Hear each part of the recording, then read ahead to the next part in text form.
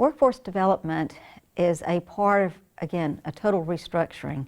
It starts as early as the 5th grade, and it begins with students taking a special assessment to track them into a specific pathway where they may be needed at the local level. Many companies are coming, not only large companies here in the U.S., but really primarily companies that are being brought into states from other countries where they need people to serve in various capacities, whether it's putting in seat belts in an automobile factory or anything else that may. Welding has become a big area. It becomes actually transient because once you complete a job in a certain location, they have to start looking for other jobs.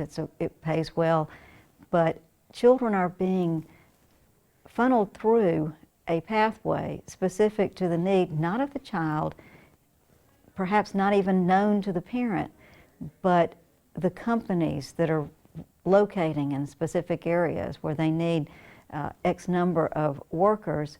Children are being shifted into that pathway, really without any way in the end of changing that pathway. Perhaps they could be a wonderful physician if they could go into teaching, perhaps, but that pathway is becoming not a choice, but something that is determined by assessment, test scores, as well as counseling at the school level.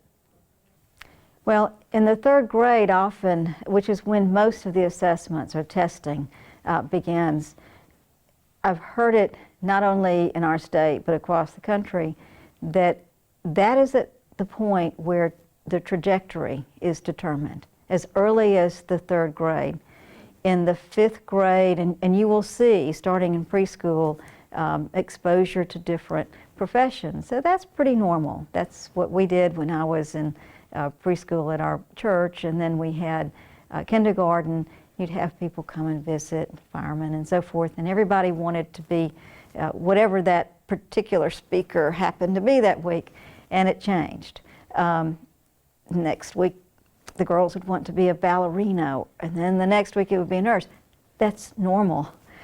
Now we're looking at, as early as the 5th grade, areas where in some states they call them pathways, in other states they have a career. But it's all based on the same premise that you will have a directed pathway determined through counseling, through assessments, throughout that school career. And that's a part of that longitudinal data system that is being established.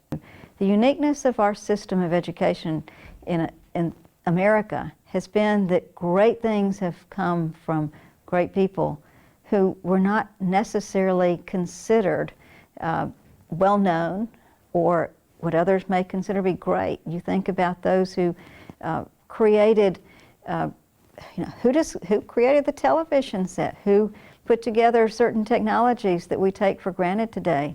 Those were average, normal, everyday Americans. That's what we need to continue in order to continue America's greatness. We didn't get to the moon because of average people. We got to the moon because of average Americans.